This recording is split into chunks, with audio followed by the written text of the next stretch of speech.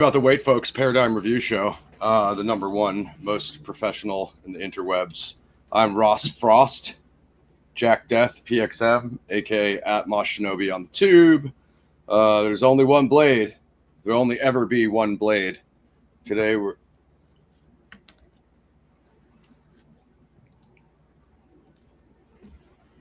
one sec, Gazzy. I need to take the reins real quick, Gazzy. Okay, never mind. We're good.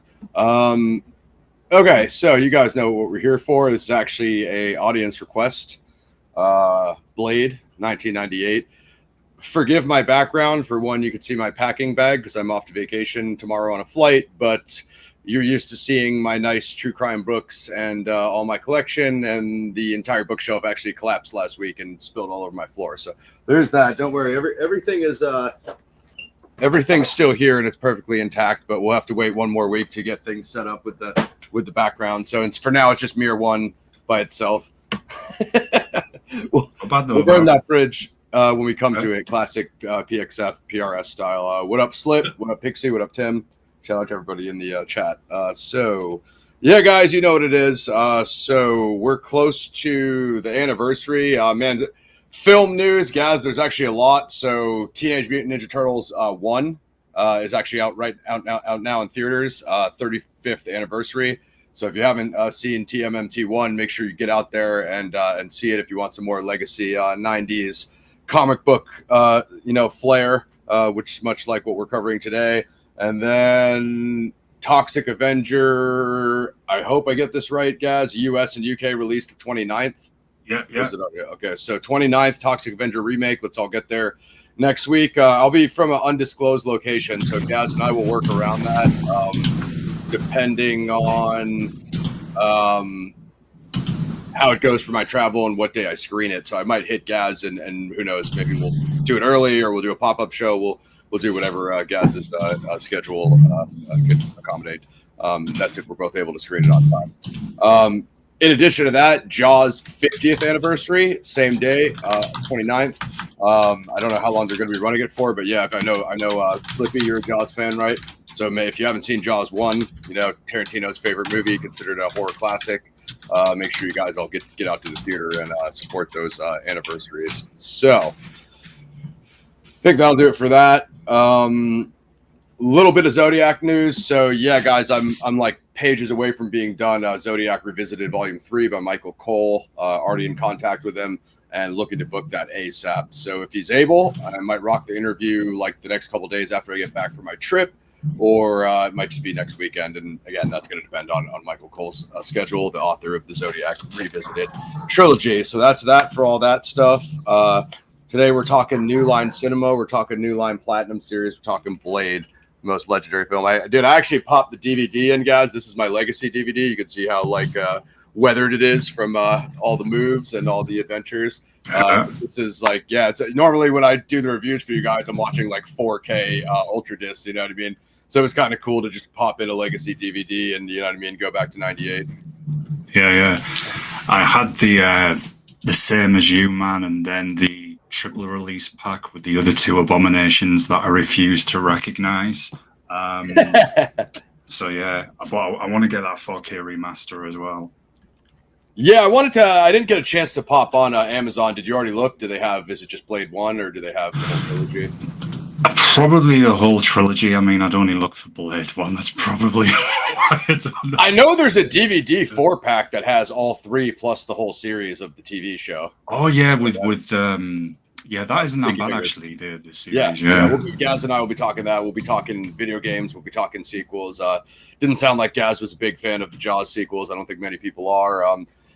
I know Gaz isn't really feeling Blade 2 and Blade Trinity. Trinity obviously is directed by David S. Goyer, the writer of the first two. I don't like 2 as much as 1, but I'm not willing to be that hard on it. It does have the famous director Guillermo del Toro. So I think your sound just dropped, Gaz. I don't know if you're muted. We don't have Gaz. Can you guys hear me? I can't hear Gaz. Seemed to have dropped. If you want to just double check that, Gaz, I can. Can you guys still hear me in the chat? Sounds like you can, Slip. And can you guys hear Gaz? Because I can't hear him.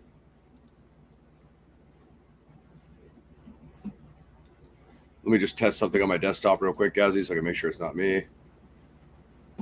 Yeah, my sound's good. I think it's on your end, my brother. We'll figure it out. We'll keep Gazzy on. Yeah, okay, so the problem with 3, Tim, is like, as I was saying, David S. Goyer, the writer of 1 and 2, he directed 3. I don't know that he had ever directed before, so I mean, I think it was his directorial debut. I mean, it did have Patton Oswalt.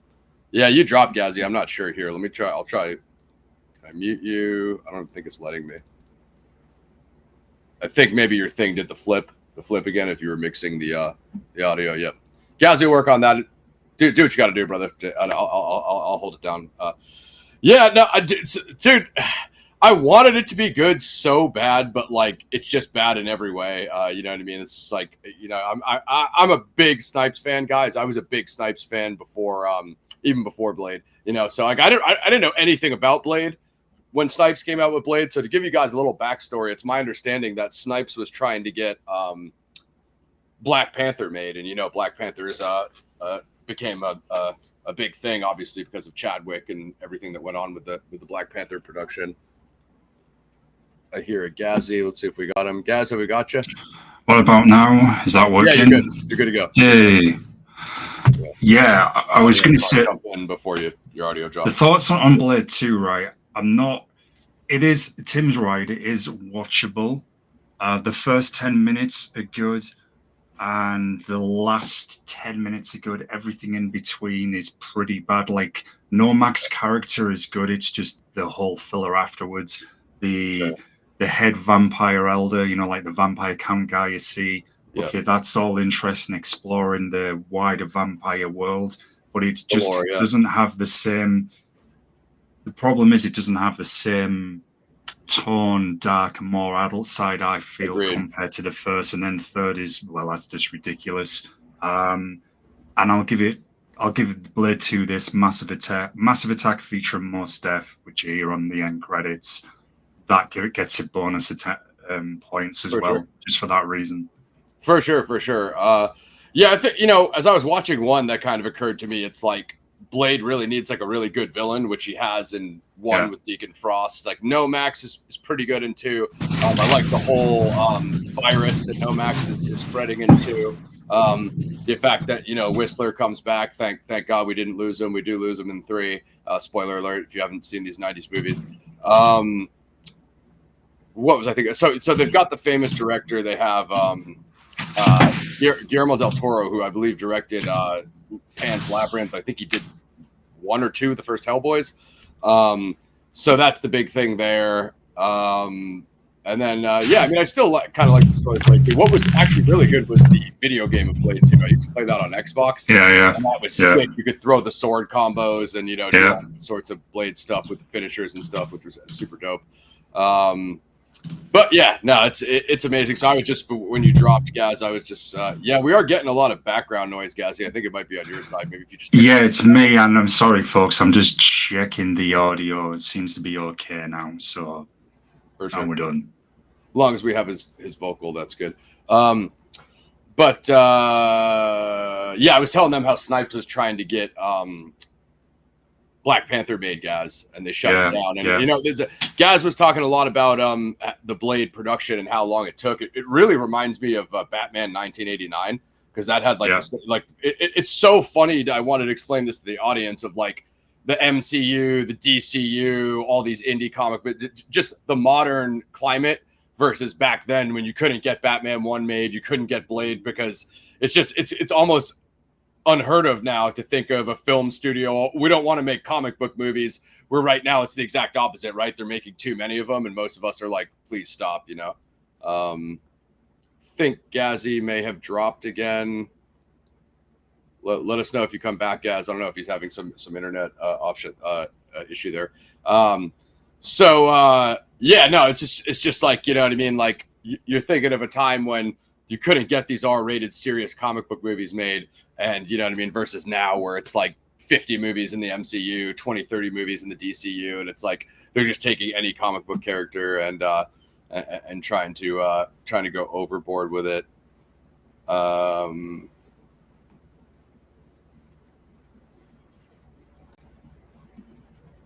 You back with us, bud? Yep. Just all froze up for a second. Good stuff. So anyway, yeah, we can kind of get into it. The other, I was just talking about, like, you know, back when the film studios couldn't get these films made, guys. Also, Snipes is a producer on Blade. A lot of people don't know that, and we'll talk more about that when we talk production. You know, there was like some friction between him and Steven Dorff on set. Obviously, we know about the infamous Blade Trinity meltdowns, but without further ado, guys, the synopsis.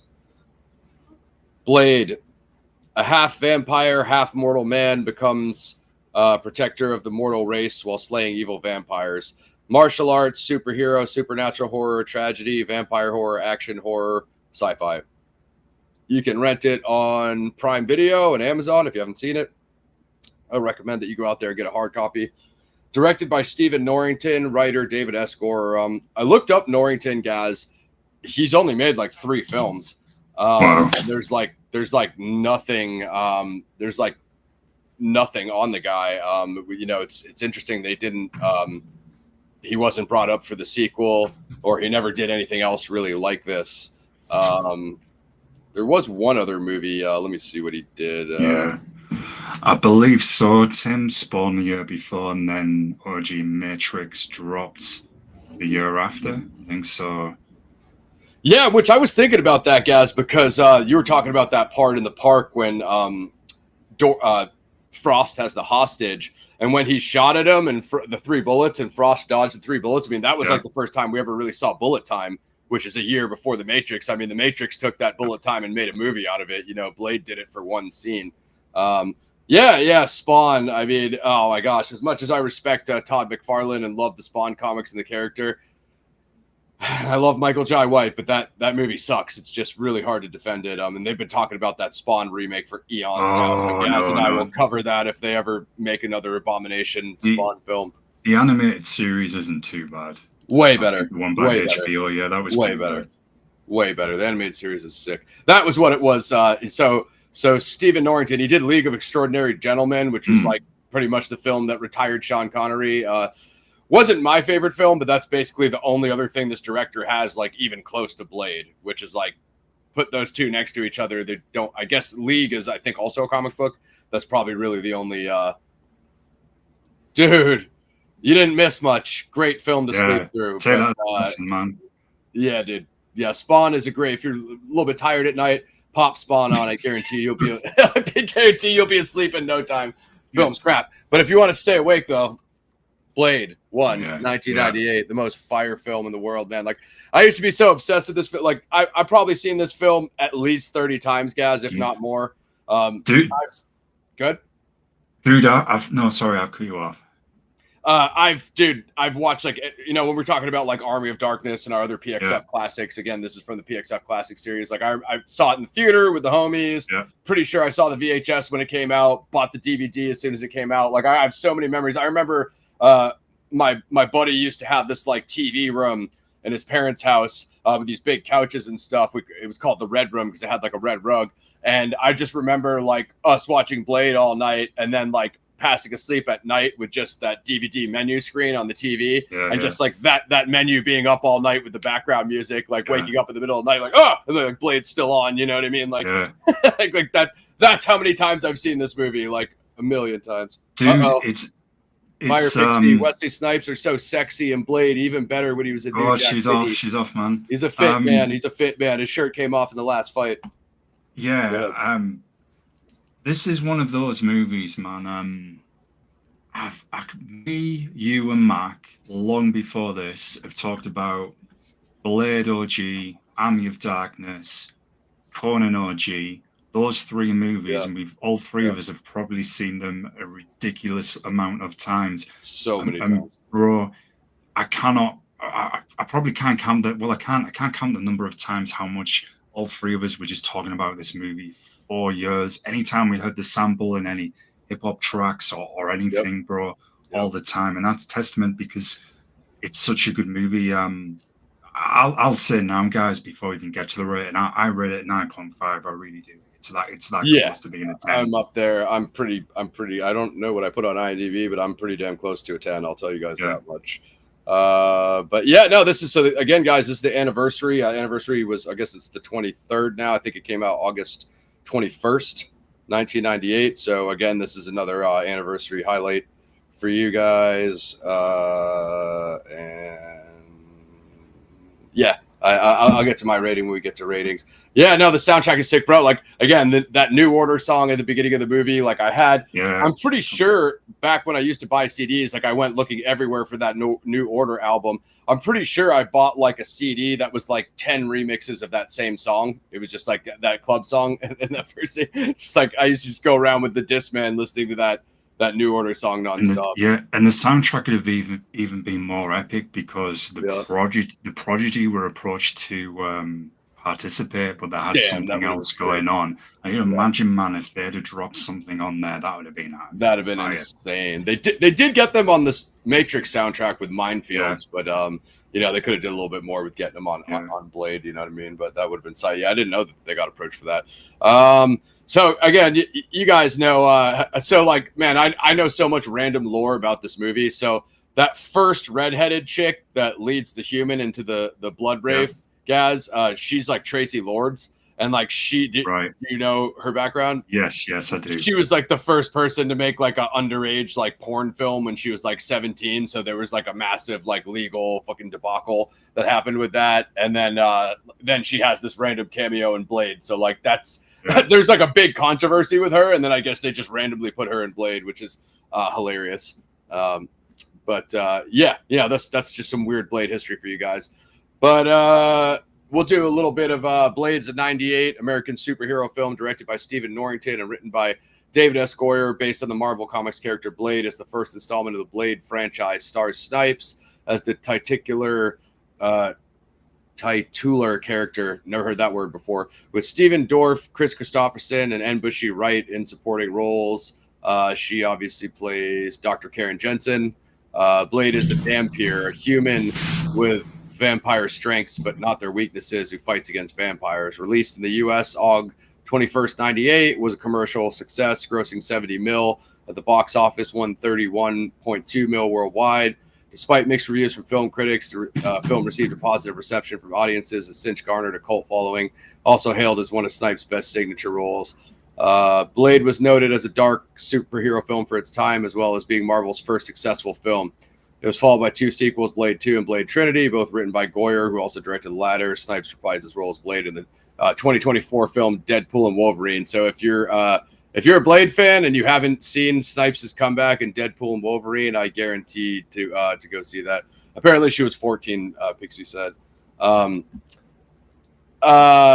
Dude, I just had so many conversations with just like the dudes at the comic store about this, and like talking about how Snipes personalized the role. Like Gaz, being a Brit, he knows about the history of the character. So Blade is in the comics, he's actually a dude from London, and he takes on Dracula. But he's also, correct me if I'm wrong, Gaz, he's like in the 60s, 70s. That's why when you see the comic books, he's got like the 70s haircut, kind of like that haircut Williams had in Enter the Dragon, afro. I think your volume dropped once again, Gazzy. Yeah, we can't hear you. Let me try to do a quick flip.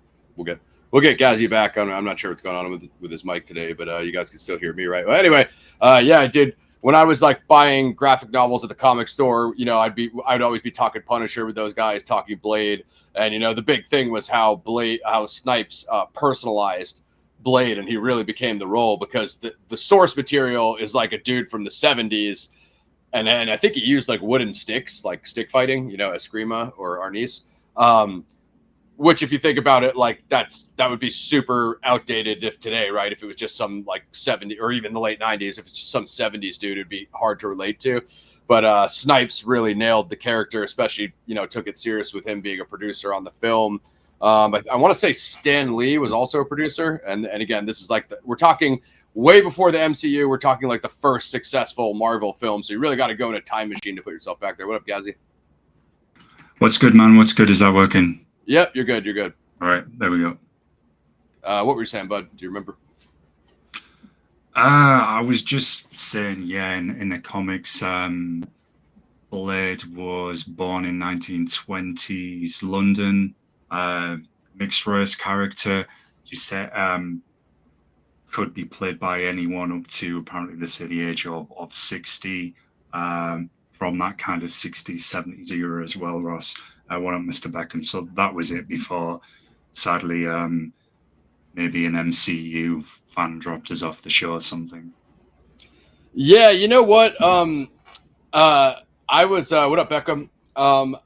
I was okay. Do you remember when I was talking about how they used all the wardrobe and Sinners from the unmade Blade remake? I think that's where they were going with the remake because it was supposed to be set in the 20s. So I guess they were probably trying to use more of his original source material. Of course, it was like Marshala Ali who was supposed to be playing him now, although I'm not even sure dropped away from the role at this point. Since it's and I think at least 2 directors have quit.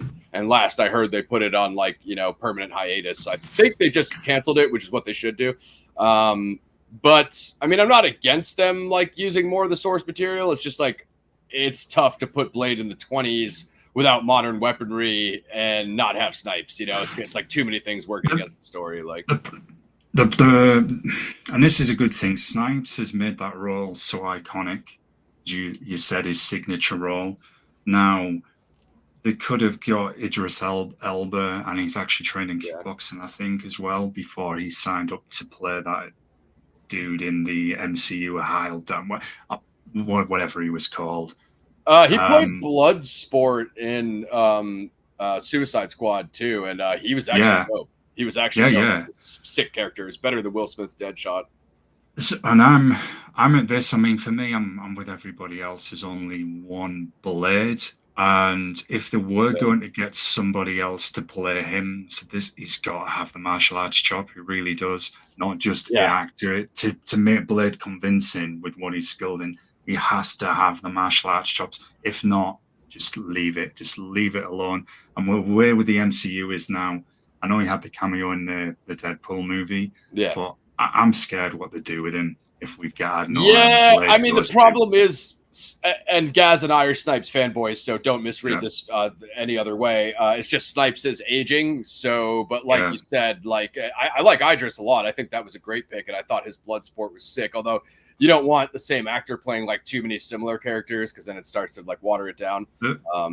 But did you hear about that rumor a few years ago that they were going to do kind of a 4th Blade film with Blade and his daughter? And his daughter's got his powers, so she only has them at nighttime. But with how the MCU is, I was scared of that. Any other time I would have been fine, but now I'm like, no, what would we actually get? Sound good because you can't have Blade. I don't think he has a daughter in the source material, 1, and 2. You can't have Blade like playing second fiddle in his own film and then having like his woke daughter like I'm Blade now, you know what I mean? I don't think it would have worked personally, especially like to do that to Blade. Like even if the original Blade trilogy, it is what it is, even if you don't like 3, but I think it would have been difficult to pull that off. I mean, apparently she's in an alternative universe. Brielle Brooks, Earth 616. Apparently. Okay, so they tried that with Whistler's daughter in Blade Trinity, Abraham Whistler's daughter. And we saw that one, didn't we? And didn't go well. So knowing that fans hated that, even though Ryan Reynolds' career absolutely exploded as Deadpool after he played Hannibal King,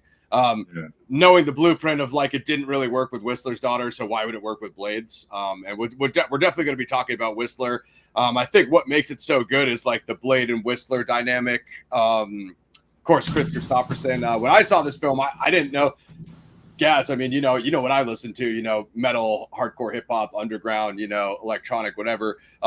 I had no idea Chris Christopherson was a famous country singer when I saw Blade 1. I didn't know that. You know what I mean? I had seen him in more, being a 90s kid, I'd seen him in more movie roles. Same. Like, dude, this guy's like famous in every genre. Like, it's crazy. Well, that's the crazy thing because he's a solid actor as well. And so we are used to seeing him in films. So then, learning that actually he's a famous singer. And I guess there's a bit of a nod to that with the song by Creedence Clearwater Revival.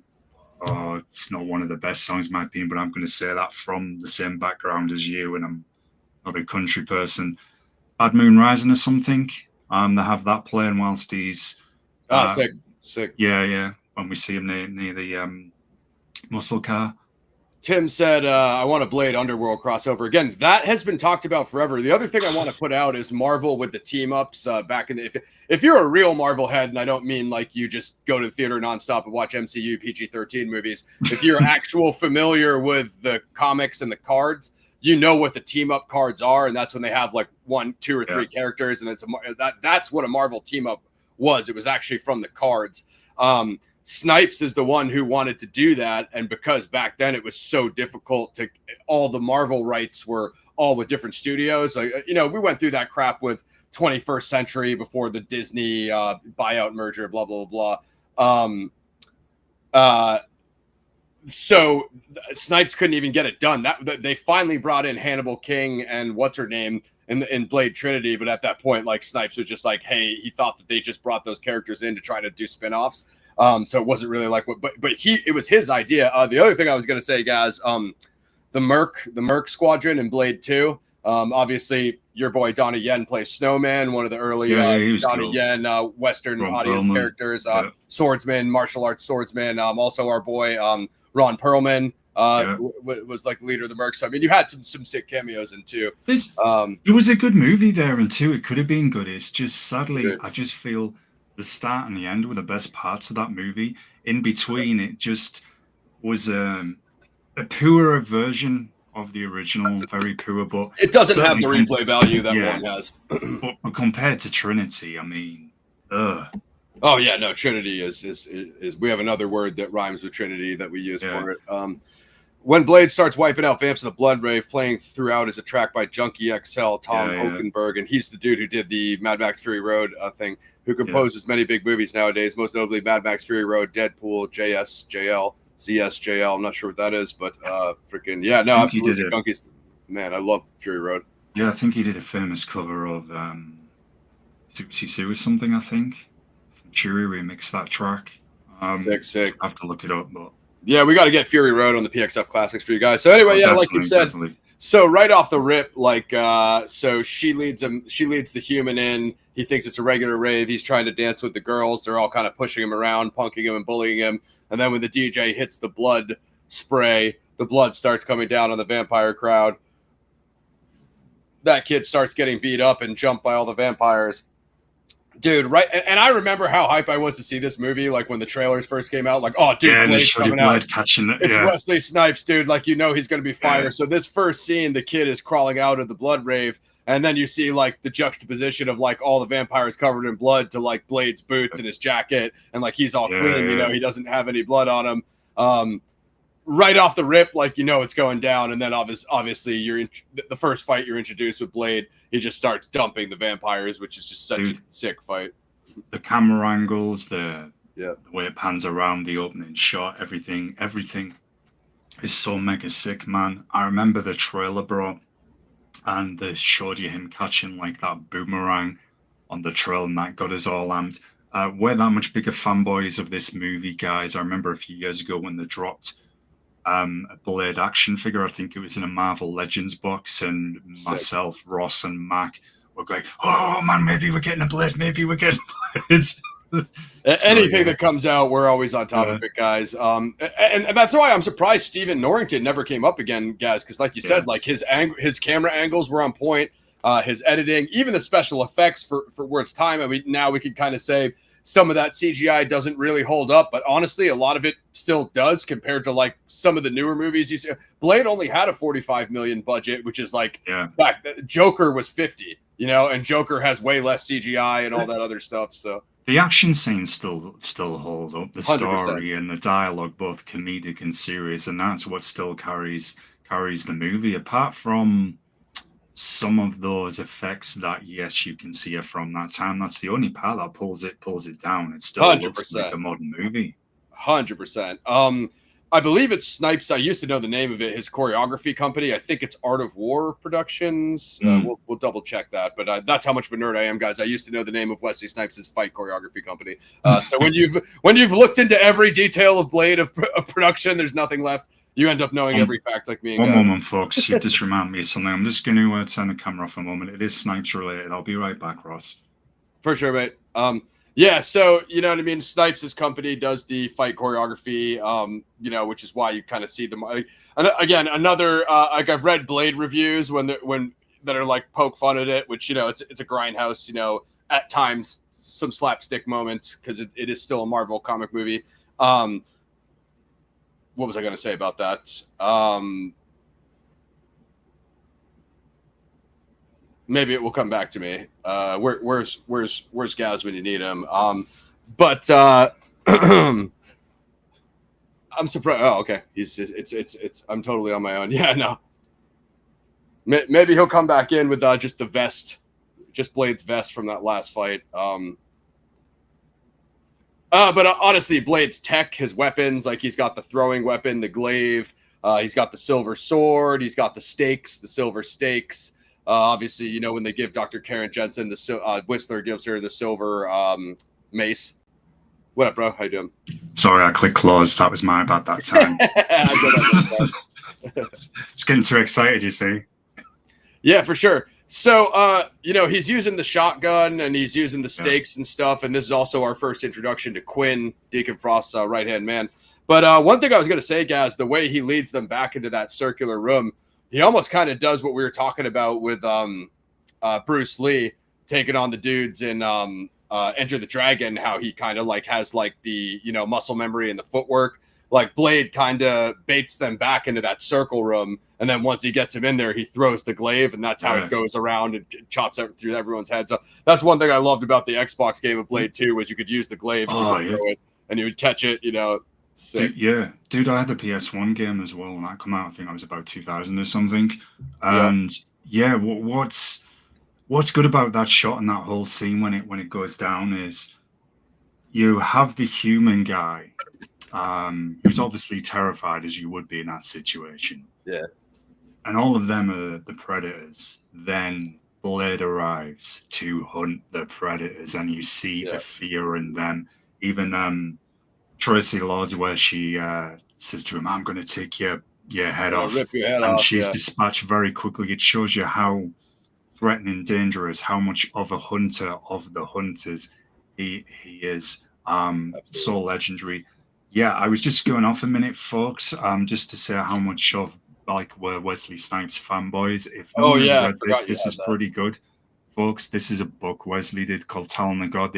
The character in this is very Blade-like, so I recommend it. So yeah, folks, definitely. This is one to get on if you enjoy Blade OG as well. Talon the God's pretty good stuff. I forgot you had that. You showed us that before. So that's Wesley Snipes' first novel. So it's a bit of an action, Blade weapon oriented novel. Which I remember when that came out. I wanted to check that out too. It was, follow Snipes on X and IG guys for any updates on anything you might be doing. So finally, Blade is paired up with Quinn, who's Frost's right-hand man. So Blade's got the shotgun that shoots the silver stakes. So he shoots him in the shoulder. And then he puts it to his shoulder. It shoots him. It sticks him to the wall. Then he shoots him in the other shoulder. Dude, my friend Mike used to always die when Blade does that, like fist pump. Yeah. Always cracked up. And then he tries to get some information out of him. Like Quinn just talks crap to him. So he uses like an incendiary nade and he just throws it on him, which like lights on fire. He's like, I'm getting tired of chopping you up. I thought I might try fire for a change. Then he checks the human, like Gaz was saying, make sure hasn't been bitten on his neck, which he hasn't been. And then the cops start coming in, and he disappears. But even that last shot, that aerial view, Gaz, you can see Blade in the top of the room crawling out the vent, like just sick, like shows how fast he escaped. And then he kicks out the grating and walks out to his car. Even that shot there, which essentially this is all the intro. Was really cool because I feel like the new Marvel movies don't do that. Like, you know, they have like the hero escape and they just disappear out of a room that just cuts to the next scene. Having him crawl out gave it like that grimy 90s feel. Like, yeah, he's a superhero, but he doesn't like teleport or any of that bull crap. You know, he still has to do it. That's continued throughout the film. Is although Blade, yes, has the vampire's strengths, there is still some vulnerability to him. He still has some flaws. There's still that human, he is half human, so there's still that relatable sides. I do feel them doing that, Ross. Those nice little touches helps reinforce the gritty tone, the atmosphere. The line when he says to Karen, um, I think it's just after Blade, spoilers alert, folks, beats up the cop familiar in the streets, and he gives her a kind of talking to, saying like, "You better wake up and pull the trigger. There's another world, the real world. You know, kind of underneath the surface. You want to survive, you're gonna have to do this." And Yeah, he says later it's as like well, sugar yeah, coated. I always love yeah, that and metaphor. later as well, Ross, what you said with Blade escaping out the vents there in the subway, Whistler also Yep. going through Yep. the vents, so that we see that Yep. again. Absolutely, absolutely. Yeah, that one's cool because Blade pulls out his gun and he's about to shoot the like familiar cop in broad daylight, as Gaz was saying, and she like grabs him and stops him. No one seems to. The guy runs away, and also like Blade's like, "What are you doing? Like this guy was waiting in your apartment to kill you, and now you're gonna save him for like they're just gonna keep coming after you." And a classic line as well when the cop familiar threatens Karen in her apartment, and but obviously it's a Blade and Whistler have used her as bait. And when Blade's beating up the cop, Ross, and Karen says, "Is all that necessary?" I'm like, this dude's just trying to kill you. Yeah, it's not only that. Also, like he's like trashing her place. Like he's like throwing the dude into everything. Yeah, forget about the obvious. Yeah, it's gonna be obvious somebody got like the crap beat out of him. The next person that like unalive. Sorry, YouTube. Sorry. Okay, where's the plot here? So, oh crap, we missed some things. So the very intro, 1967, showing Blade's mother how she was bit by a vampire while pregnant, and that's the reason for Blade being a human vampire hybrid Dhampir.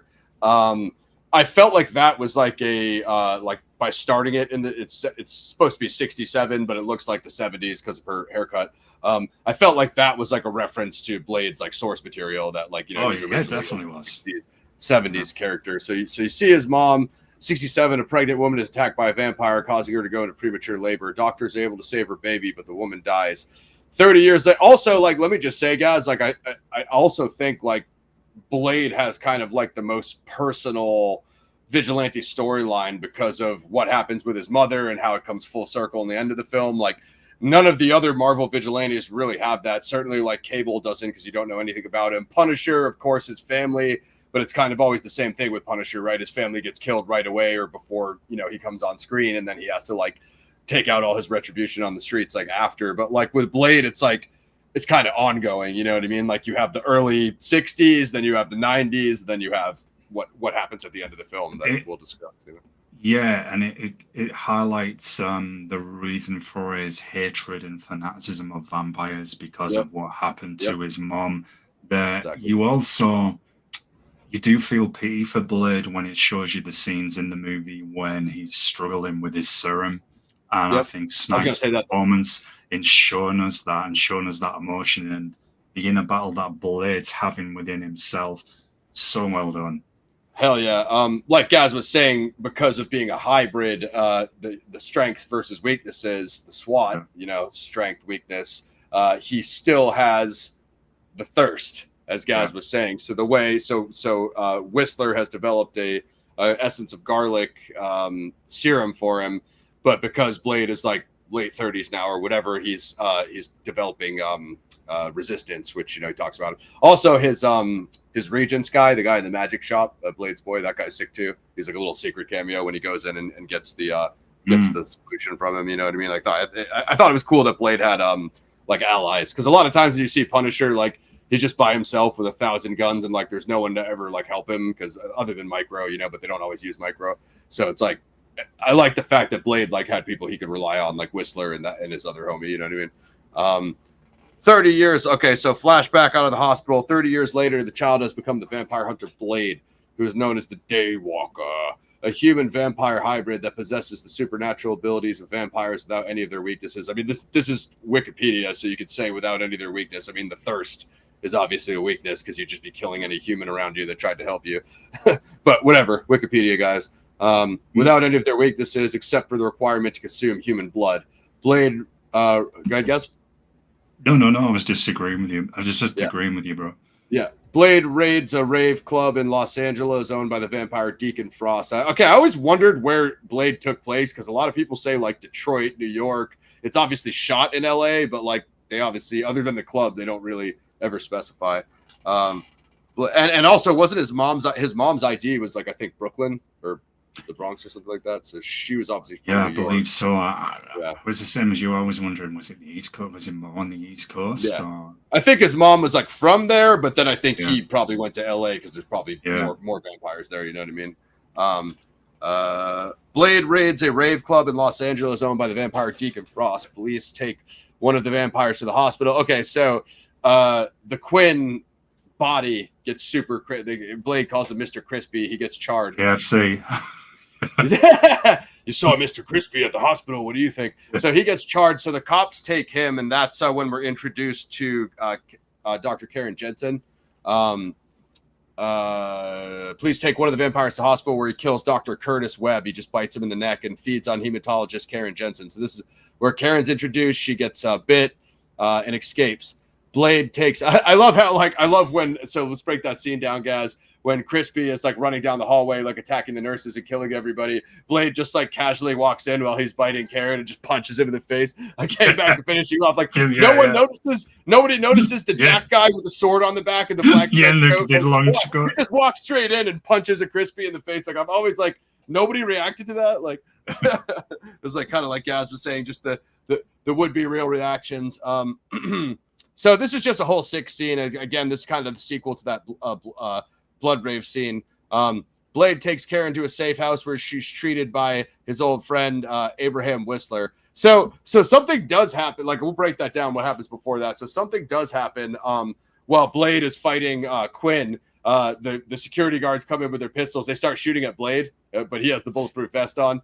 So Blade's response, "Mother effer, are you out of your damn mind?" It's like I always wondered about that because you see the two guys fighting, but one of them clearly looks more human than the other one who's burnt to a crisp. Like, wouldn't you be shooting at the dead body zombie thing that's biting people? But obviously when those cops walked in, they didn't see what Quinn did before that. And the good thing is with that, I mean, that's a pretty good action scene actually, with the gunplay that follows Blade's jump and his escape with Karen. I love that part.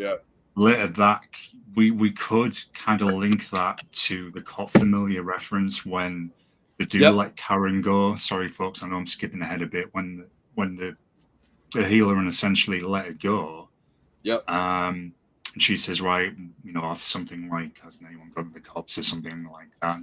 And they're telling her they own the cops. They are everywhere. Whistler says, to her, chances are you've probably already seen one on the subway and didn't even know it. So you've seen them in society. Yeah, maybe they did know it was Blade, and that was I know I'm speculating here, but cops that were, say, under Deacon's Frost control, and that's why they. Oh, good point, dude. I never thought that if those were familiar cops, they'd be shooting at Blade anyway. They wouldn't be shooting at That's the way I always took it. Great point. That's a great point.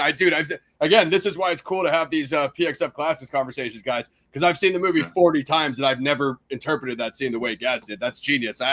That makes a lot more sense than what I was something right today. For sure. I always thought it's because they didn't see the whole fight. They just walk in and see two guys fighting in the hospital, so they just start shooting at them both. You know what I mean? Yeah. But as Gaz said, so Blade sees he kicks open the door, gets to the window, sees them shooting him in the back, or takes Jensen out the door. They shoot Blade in the back, but obviously Blade has bulletproof armor. He throws her across the building, which is like one of the first examples you see of Blade's like superhuman strength. And then he does the jump himself. I always thought, and I know it's not the best CGI nowadays, guys, but I always thought it was a sick jump. So, okay, like if Blade has to, he can hop rooftops, and that's actually sick. You know what I mean? Landing scene as well, when she's on the rooftop and she looks back and Blade lands, and that's the first kind of instance she's thinking, okay, this guy isn't normal. There's something more to him. That's one of the her reaction, and then obviously he grabs her. He goes to that door, and then you have the sniper just that was cool, man. Sick sniper shot. As Gaz said, if those guys are all familiars, they're obviously gunning for Blade, which is cool. Blade takes Karen to a safe house where she's treated by his old friend Abraham Whistler. Whistler explains that he and Blade have been waging a secret war against vampires using weapons based on their elemental weaknesses, such as sunlight, silver, and garlic. As Karen is now marked by the bite of a vampire, both he and Blade tell her to leave the city. one of my favorite parts, like Whistler is such a grimy character. Like I always wish we could have more of him. I wouldn't be mad at like a Whistler spinoff or even like a prequel to show like how he fought the Vampire War before he found Blade, because obviously Whistler's a couple decades older than Blade, right? And you assume that the Vampire War as well. You assume that the Vampire War was been going on much longer than Blade. Obviously, the history of the Blade universe is like 60s, 70s, and beyond. Obviously, 1920s and late 1800s Gothic period. Heavily associated with vampirism. Now in the TV series, I think you've seen every episode like I have, Gaz. They did show that one time when Abraham Whistler came to that house. I forget whose house it was. I don't think it was Blade's parents' house, but and he had like all the box of all the gear, and they actually did show him young in the TV series, which was sick. Priest, pretty sick. I like the universe a lot. I think they could have did a lot more with that. It was a cool kind of one-off type of deal. I really liked it gave me like that Judge Dredd mega city feel of that like post-apocalyptic city he was in. What Whistler says to her about fighting off the 50-50, like he gave her the garlic injection infused, and he's like, one more thing, he's like, I suggest you buy a gun. If you start to get sensitive to sunlight, you start to find yourself thirsty, even though regardless of how much water you drink. I suggest you use it on yourself. It's better than that alternative. Like, dude, that was like the grimiest thing Whistler said in that whole movie. That's the thing with this movie. That's why it's so good as well, Ross, because that danger and darkness is constantly reinforced. Yes, there's a few humorous lines of dialogue to inject, I guess, that light relief in moments, but hell yeah, we're always presented that there is this dangerous dark undertone, this other world leaking beneath the surface, and that's why it's so good. Absolutely, 100%. At a meeting of the Council of Pureblood Vampire Elders, Frost, the leader of a faction of younger vampires, is rebuked for trying to incite war between vampires and humans. As Frost and his kind are not natural-born vampires, they're considered socially inferior.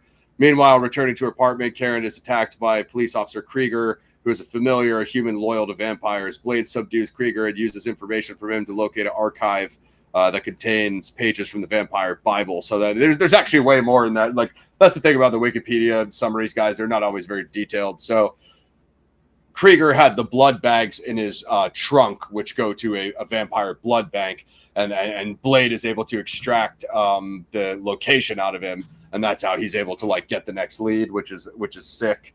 I feel like when Frost is talking to the Purebloods, they tell him that his underground raves are like a risk, and they have to operate underground.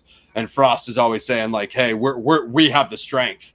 We have the power on our sides. They're just basically a resource, a food source to us. I like that split between Frost and the Pureblood. Yeah, well, it's a good dynamic, Ross, because it brings in another kind of sub-angle that they're the younger vampires challenging the established order. We're going to do things different. We need to do something different. So that's an interesting dynamic in itself.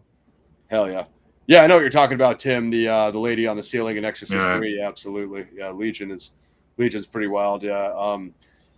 So I mean, me and Gaz were talking about the Krieger scene. Honestly, that Krieger kid was hilarious. Like he played that role perfect. You know what I mean? Like just being like an obnoxious familiar. Like he absolutely killed it. And then obviously Blade takes him to the trunk and to find the blood. And that's the thing. Gaz was talking about. He's just slamming his face first on the trunk, like on the street, right in front of everybody. And like Gaz said, nobody noticed like. This giant jacked black guy with the sword in his trench coat is beating the crap out of the uniformed officer on the LA streets. But I guess what you're supposed to infer is like, because it's LA and there's so much street crime that everyone's like, no, that guy's getting his ass kicked over there, whatever. Yeah, and it's funny when the cop runs off in the crowd and Blade just stood there with his gun aimed as well, and everyone's looking like, there's a giant jacked up dude like pointing at a uniformed officer. Yeah, down the crowd. And you already know Blade's a psycho, so in your head you're like, is Blade going to shoot into the crowd? Because you've seen him do crazy things before, so you're like, it's the type of thing Blade would do. Hate to say it. Cantrell was epic.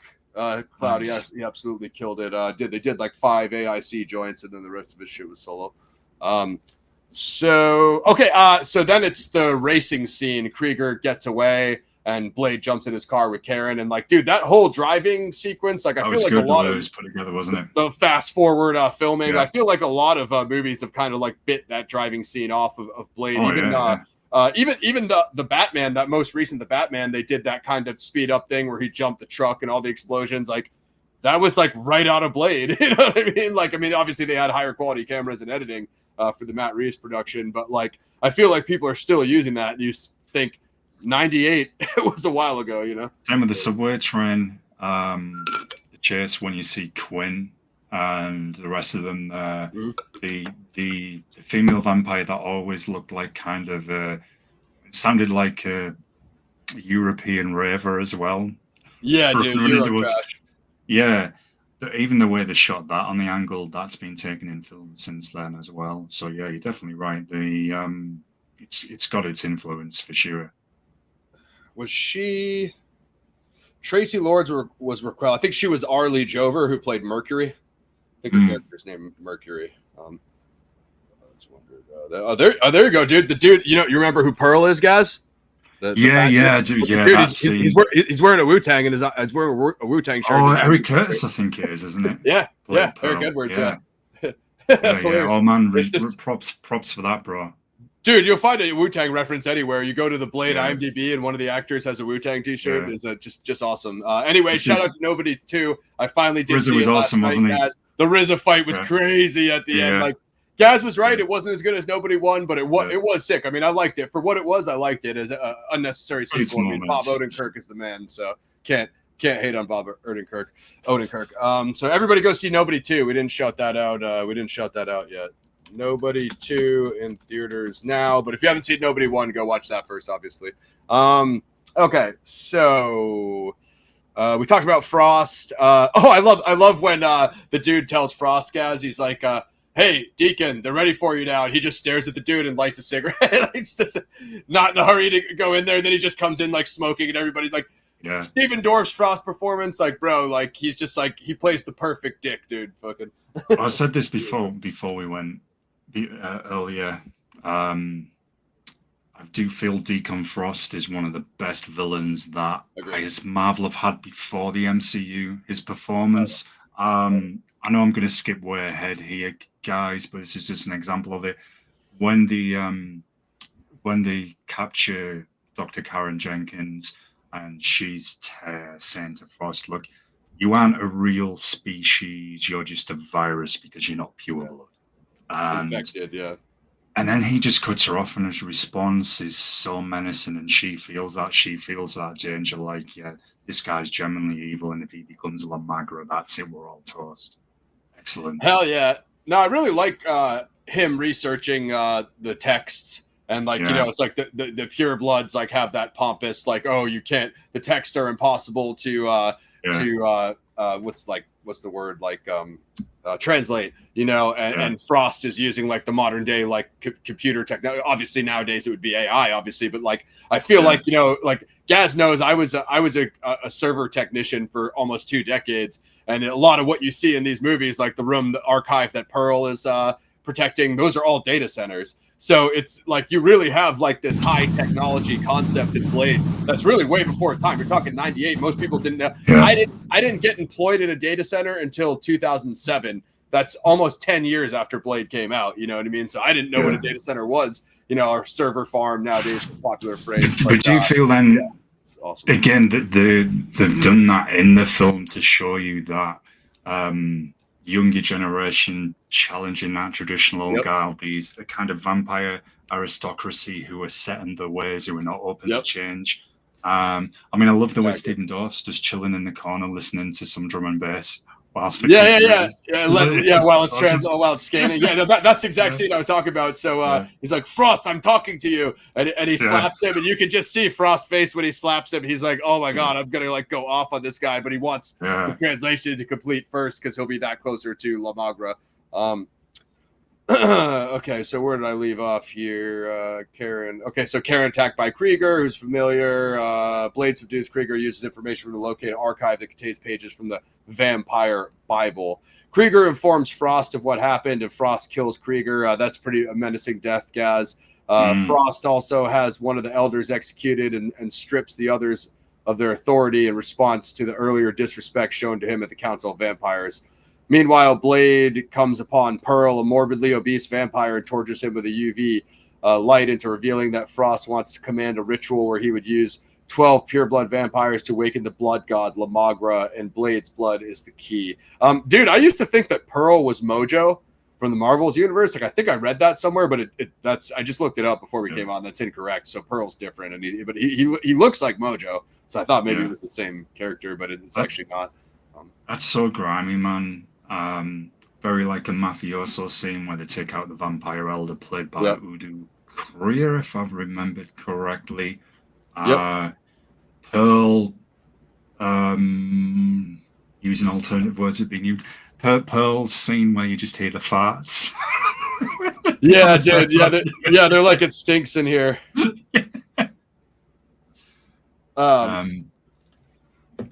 So yeah, so Whistler gave him the UV flashlight, so that's what they used on Pearl. They kind of fried him with that. I want to say there's a lot more. So this Frost and his blonde girlfriend, of which it appears he has several,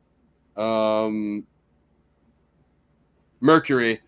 They bring that dude out into the sunset with the UV resistant. Yeah, it's just referencing. He's like, you ever seen a sunset before? He's like, oh, that's right. You're pure blood. You've never had the pleasure. And so when the dude is like exploding and they all watch the sunrise, that's when they rip out his fangs, right, with the pliers. Yeah. Like I said, that's the scene I was referencing, very mafioso as well. And then the scene after that is Deacon, I believe, going into the vampire elders meeting room where there's the table, and they ask what's happened to Dragonetti, and he throws the fangs on the table. And then he just assumes the head of the table as well. Very mafia-like, really good as well. Like he's his own faction outside of the traditional hierarchy. Absolutely. I love that scene when he clicks the teeth across the table and like, where is it? And then they stop it. It's like Dragonetti's fangs, and they're like, oh man, like Deacon definitely, like, you know, he escalates the kind of the evil, as Gaz was saying, throughout the film. So Pearl tells Blade the plan. Later at the hideout, Blade injects himself with a special serum that suppresses his urge to drink blood. However, the serum is beginning to lose its effectiveness due to overuse. While experimenting with the anticoagulant EDTA as a possible replacement, Karen discovers that it explodes when combined with vampire blood. She manages to synthesize a vaccine that could cure the infected, but learns that it will not work on Blade because, keep in mind, Blade's is like a genetic that is due from when he was born. You know what I mean? Karen is confident that she could cure Blade's bloodthirst, but it would take her years of treating it. Then there's the Frost meetup with Blade scene in the park that Gaz was discussing, where Frost has he's using like the sunblock so he can go out in the daylight. He has like a special type of sunblock, and he's got the hostage to make sure like Blade doesn't try to kill him there.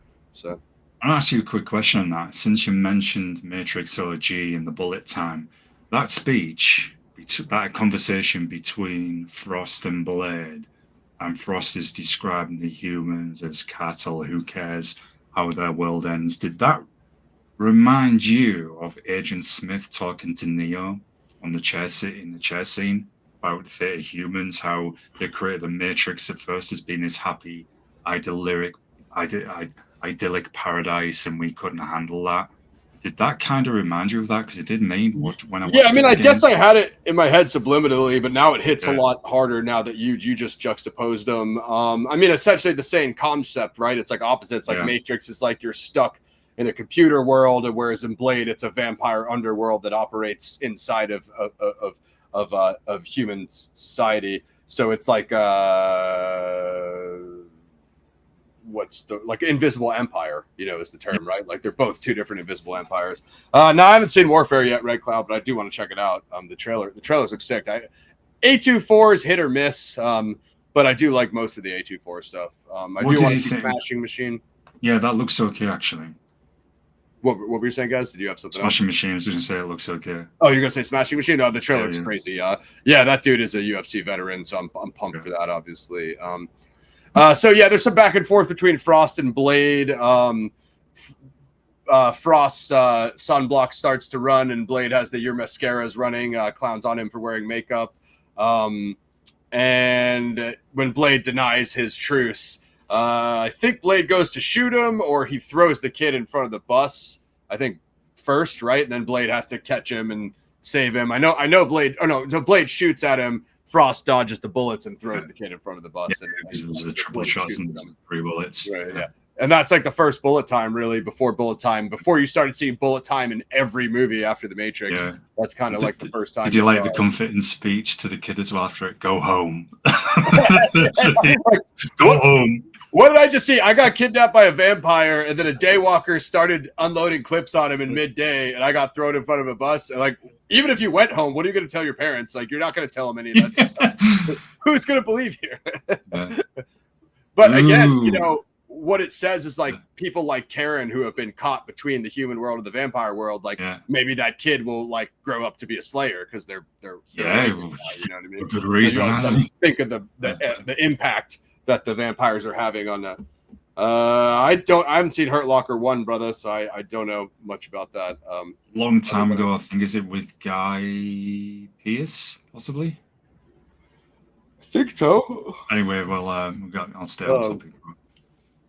After Blade rejects Frost's offer for a truce, Frost and his men attack the hideout where they infect Whistler and abduct Karen. When Blade returns, he helps Whistler commit suicide. When Blade attempts to rescue Karen from Frost's penthouse, he is shocked to find his still alive mother, who reveals that sorry for the spoilers, guys, but it is a movie from '98. Not like it just came out. His still alive mother, who reveals that she came back the night she was attacked and was brought in by Frost, who appears and reveals himself as the vampire who bit her. And I think that's the big personal moment, because Blade's been looking for the vampire that infected his mom, and then finds out that it's Frost, like his worst enemy, And that's his big vulnerability in the movie as well, because as far as he knew, his mom hadn't. To try and control myself here at just what I read go across the screen there. Yeah, don't worry, I'm handling it in the chat. Yeah. As far as Blade knew, his mom hadn't survived, so that he has that shock when he's presented with her as well, and of course that's how Deacon can get the upper hand on him in that moment. Oh, so we should talk about when Blade fights us. So when you dropped, Gaz, I was talking about I've read some reviews of Blade when they're like overly critical, and they're like, how come every street thug vampire in the future knows kung fu? Every single one of the guards knows kung fu. Pretty awesome, though. I mean, if you take it in the context of the Blade universe, it's pretty awesome. But you could take it as this.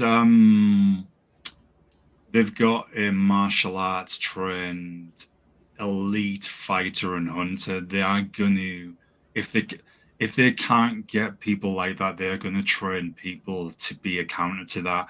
Obviously, they're going to look at Asian vampires as well from the Far East. Say that could be 100%. Centuries old, more experienced than the Daywalker.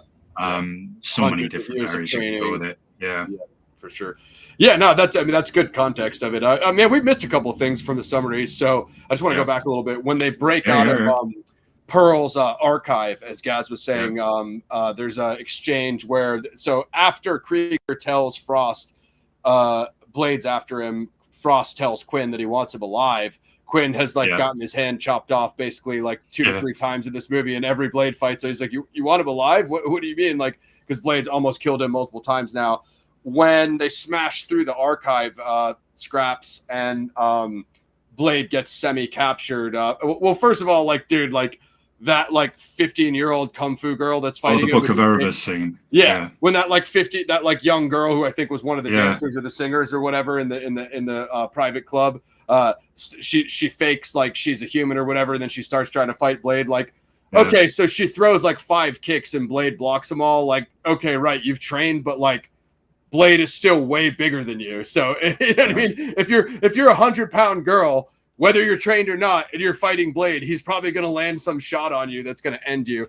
But then they get Blade up against the glass case with the whatever those things are called, the razor wire across his neck.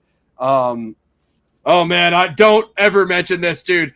I waited years because I was waiting when Snipes went to jail for tax evasion. I was like, where the hell's this guy been? Because Gallo Walkers was in development hell that whole time. So I went and watched Gallo Walkers.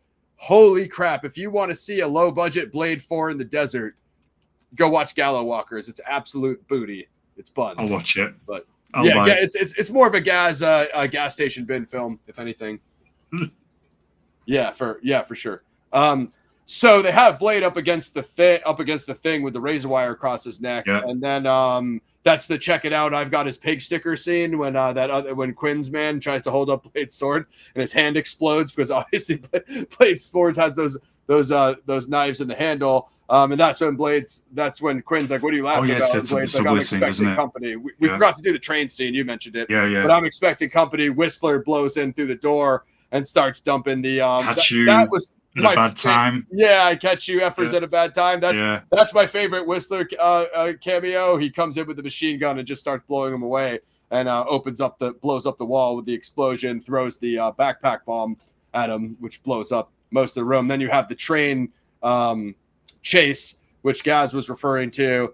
Quinn chases Blade down the side of the train. Blade chops off his hand again, or his sword falls off in the fight, and Karen hands it to him. And dude, I'm kind of thinking of now, and it's a classic we've been talking about, and I recently watched it for that reason, and it's just reminded me of it now, of that whole subway scene and the chase and the fight. I mean, it's really grimy, but it reminds me of the last scene in the third act of Split Second, where they go in the subway looking for the creature. Yep. It's got Good that call, bro. vibe. It's got that vibe Good to call. it, man. Good call. I wonder if that the Blade director had any split second influence. I mean, of course, what's his name? Rutger Hauer. Rutger Hauer is a big legend. You guys know I'm absolutely obsessed with him. So yeah, then all the stuff that Gaz talked about. You see Whistler escape through the sewer, like Karen watches him under the train, and then the dislocated shoulders thing. So obviously when he threw Karen to the other building, she got her shoulder dislocated. And then when Blade grabbed the train, she's like, what are you going to do when they're chasing him? He grabs the train at full speed. Obviously, if any of us did that, we'd get our arms ripped off. But with Blade, all he got was a dislocated shoulder. It kind of shows that, like, yeah, he might take a little bit of pain, but it's not going to be anywhere near what any regular human would feel, right? Yeah. And then the other fight I wanted to break down was Blade storming Frost's penthouse, because all those guys all come at him with the that very pre-Matrix scene in the corridor. Yep. And the water. So there's some great shots there. When they both go in the front and the back of him with the lightning sticks, and he's kind of he does like that Bruce Lee bounce, like that's very like Enter the Dragon. He adds like that bounce to his thing. So he's just throwing a lot of kicks and just kind of decimates him. And of course, he knows like he's going after that. Well, he doesn't know it yet, but in minutes he's on his way to knowing he's going after the vampire that bit his mom. So when he takes the shotgun through the waterfall, and that one dude is like, "I just work for them," like, yeah, that's gonna totally get you off of Blade, the guy. Yeah, especially after what's just happened to Whistler. Yeah. Especially what's just happened to Whistler. Yeah, because they stormed Blade's hideout and they basically infected Whistler and tried to kill him. So just that shot of the shotgun going through the waterfall, obviously Blade blows the guy's head off because, again, you know what I mean? Like you just seen what Blade did on the way in here, right? You thought like a apology, or I just work for them. I'm sure he's going to let you go. I'm sure he's going to let you go, bro. So like, you haven't been paying attention to the first 2 acts of the movie if you think Blade just, you just work for them. Go ahead. You may be working for the wrong organization. that never crossed your mind when you had the interview. If Blade shows up in your lobby fully armed, it's probably too late to put in your resignation. Yeah, it's like saying Sure. I just work for the PR department. Yeah, exactly. He's shocked to find his still alive mother. So when he gets up to the top room, he meets his mom. Big reveal scene there. Who came back the night she was attacked and was brought in by Frost, who appears and reveals himself as the vampire who bit him. Blade is then subdued and taken to the Temple of Eternal Night, where Frost plans to perform the summoning ritual for La Magra. Karen is thrown into a pit to be devoured by Webb, who is transformed into a decomposing zombie-like creature. Dude, that's one of my favorite, that those decomposing zombies were in there. That's one of my favorite elements. Pretty grimy. I wish they would have did more with those types of characters to show you that, like, now there's different kinds of vampires. There's the pure bloods, the infected, there's hybrids like Blade, and then there's these decomposing, kind of like downgraded. And Dougal gives you a bit of backstory as well, that some people don't always turn into these kind of like vampire creatures, these zombie-like creatures, and even he says these guys are real scum. They'll feed on anything, and even sometimes other vampires. Yeah. So like bottom feeders. Yeah, I do feel as well the scene that then follows, Ross, is kind of like it could almost be a small scene from another kind of movie, from a zombie kind of movie. Hell yeah. Injected in that. It's very grimy. It's got a bit of that humor in as well. Very well shot. I always wanted to see more of that class of characters. Like, it would be sick to see Blade take out a basement full of those zombie vampires. Yeah, if they used them as thralls or something, like his foot soldiers, and they just unleashed them on their enemies, and you could have had, say, a group of them all swarming Blade. Yep. Or even like pit monsters, you know what I mean? Like like how it was in here. Karen injures transformed and decomposed zombie creature. Karen injures Webb and escapes. Blade is drained of his blood, but Karen allows him to drink from her, enabling him to recover. Mm-hmm. Frost completes the ritual and obtains the powers of La Magra. Blade confronts Frost after killing all of his minions, including his mother, but initially finds him too powerful to defeat. So we'll break down the fight. I mean, this is the big soundtrack here. I was kind of like laughing in the background, guys, because they have those like gas powered like lights in the temple, and I'm like, oh, did they need perfect lighting to perform these ritual? It's like obviously part of the set, you know what I mean? But it's just like whatever. Yeah. So he kills his. Is it a bone that he kills his mom with, or? It looks, I always wondered if it was a bone or a bone-like dagger, but I think it was a bone. Yeah, I always thought it was a bone, but we could revisit that for you guys. So anyway, his mom's like, I'm your mother, Eric. You wouldn't kill me with you. And he's like, I have to release you. Obviously grimy how he killed his mom, but Blade being a vampire slayer, I think it's like full circle, right? Like, she even says when the first capture Eric, aka Blade, and put him in that container that's going to drain him of blood, that hey, your mother died a long time ago. I've hunted, I've unalived people, I've enjoyed it. So she's clearly stating to him, I'm not your mom. She even says, the vampires are my people now. I'm one of them. Switch over. Goes, switch sides. Yeah, absolutely. So it's like, again, like we said, a lot more personal stuff with Blade's character that like you don't really get with the other Marvel vigilantes. So Blade jumps down, he lands, he's all pumped up from drinking the actual human blood, so has him charged up. That first dude runs at him. I think Blade just like clotheslines him, right, and knocks the dude off, and he catches his sunglasses. Catches his shit, yeah. I was also gonna say in that first fight, like dude's wearing his sunglasses inside. Like your first introduction to Blade is he always has the sunglasses on, even like doing the fight scenes indoors at night. Like just something that makes Blade awesome. You know what I mean? I'm sure that would probably heed his kung fu fights, but not Blade because he's the man. Also, when he was in the blood chamber, Quinn had his glasses. So when they brought Blade in the temple, Quinn was like, "Hey, Blade, thanks for the shades, dude." You obviously know what's going to happen to Quinn for taking Blade's shades. You know what I mean? He's not going to let that slide. There's an amusing scene as well in one of the fights that follows this whole sequence where a guy throws a spinning crescent kick 3 times. I'm like, dude, the guy's leg would have been took away by then. You could get away with it, once, but then he's like 3 times, and of course, then that's exactly what happens. Blade's mirror and then sweeps his his other leg. Yeah. They That both always made throw me the three Yeah. spin kicks and miss each other. Yeah. Then Blade goes lower. He throws the lower Yeah. and trips him. Quinn tries to run at him. I got two new hands. I don't know which one to kill you with. Obviously, Quinn is the worst fighter in the movie. He runs at Blade. Blade pulls the razor wire out of his belt and just slices his head off. And I got to say, we haven't mentioned it yet since the first fight. The way the vampires die, Gaz kind of mentioned it when he got low with the shotgun and he took Tracy Lord's head off. But the first time you see that effect of the ashes burning away from the silver, it's like, especially back then. I mean, you could say now it looks whatever, but it was sick. I like the way like their bodies hit the ground and then they ash away in the. I do feel and we'll talk about this when we get to the end. Some of the bonus footage that wasn't in the original cut, a lot of deleted scenes. I do feel it was. I mean, obviously we got the sequels, but it was set up for, I think, to receive, and it's sad that hopefully some people know some of the movies outside of Gala Walkers, some really dark, some movies that match the tone of the original, bro.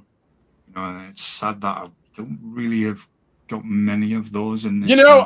I would expect more from David S. Goyer because as much as his directing is dog shite in Blade Trinity, he actually is a sick writer. Like Blade 1, Blade 2. He also wrote the Dark Knight trilogy. I think he even wrote some of the COD games like Black Ops. So he's an incredible story writer. Da Vinci's Demons, is that what that show is called, Gaz? I think Goyer wrote that as well. It's about like it's about Da Vinci and like doing like just like mystical stuff. It's similar type of genre to what we're talking about, right? So Goyer is an incredible writer. With him being that good, like I would expect, although he did say that he would like to write a new Blade for them, but like with the trouble that the Blade remake has had, it's like, are they really going to go back to Goyer, the guy who wrote it in '98? So, but I mean, I still think he's one of the best writers, comic book movie writers. Obviously, he wrote The Dark Knight, which is argued to be the best comic book movie of all time. So he could clearly do it, as Gaz was saying. Like, you don't have to have him direct, but you have Goyer. I'm sure he could write you something sick, and then it's just about finding the right director. So, Gaz and I have had many debates about why that never works, more specifically in Marvel. But you got to think about it. When Stan Lee was involved, he was a producer on Punisher 1989 with Dolph Lundgren. He was a producer on Blade with Snipes. So he was fine with the hard R grindhouse violence. You know what I mean? Now he's gone, and now you have the MCU. When was the last time they made an R movie? Yeah, remind me of the Stan Lee cameo that was... I think is one of the extras that you don't see in the original cut of the movie, but again, we'll get to that when we talk about the random fun facts. For sure. So we were just breaking down the final fight. There's a lot of good kills, a lot of good combat, martial arts sequences. I know Jensen runs up to that one dude. I mean, we'll break this down. She grabs the shotgun and pushes him off and shotguns him. I mean, it's fine. I'm fine with her using the shotgun, but when Blade gave her the pistol in that first fight on the way to the club, she said she had never used a gun before. So I'm like, you just went from... Well, she said she was a quick learner. You didn't buy a gun like Whistler told you to. You didn't know how to use one when Blade gave you one, and now all of a sudden you know how to rack a shotgun. And now I get it. Once you fired 2 or 3 shots, you're going to get it down, right? But you're also learning on the job in a temple full of vampires. So if you mess up racking or... You know what I mean? So I was just kind of like, okay, wow, she learned how to use a shotgun fast for a non-combat character, but whatever, it's Blade. So like Gaz said, if you want to nitpick, you can, you don't have to. Yeah, I hear, I mean, we're supporting it until we know, Pixie, and right now we don't know yet. Is it going to be as good as Toxie 1?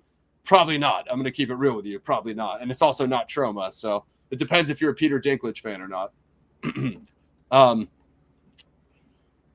So that leads up to Blade kills all the baddies, the henchmen. Blade confronts Frost after killing all his minions, including his mother, but initially finds him too powerful to defeat.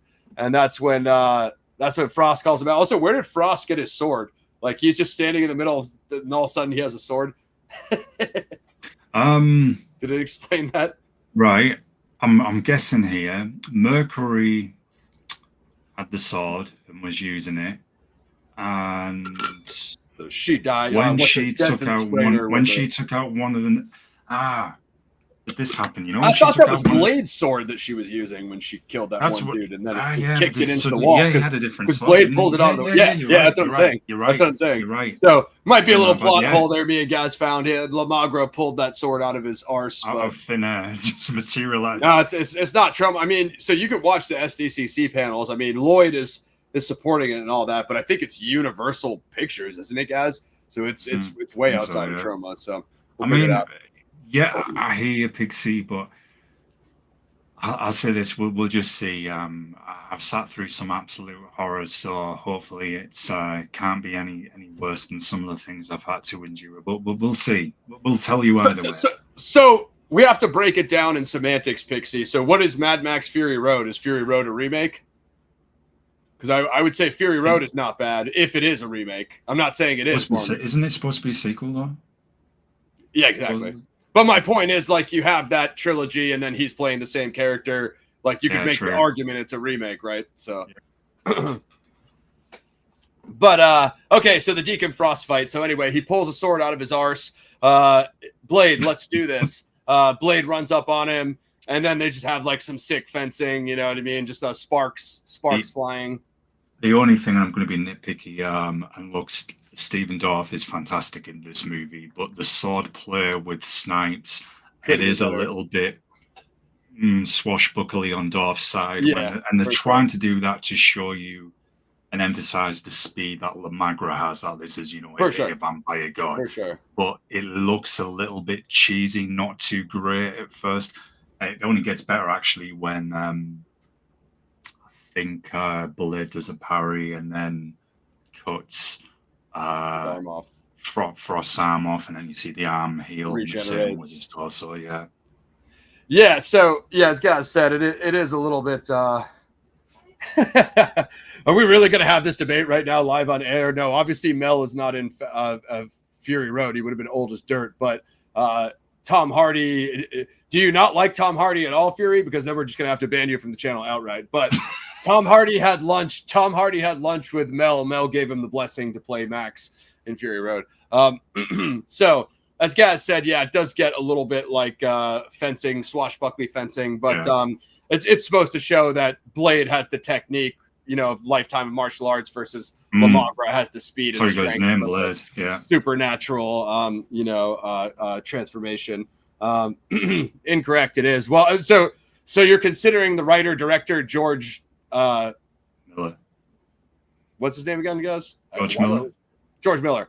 So if George Miller wrote and directed the movie, it's not a Mad Max movie, even though he's the creator of the trilogy. I'd have to disagree there, Pixie. But so Blade has the parry.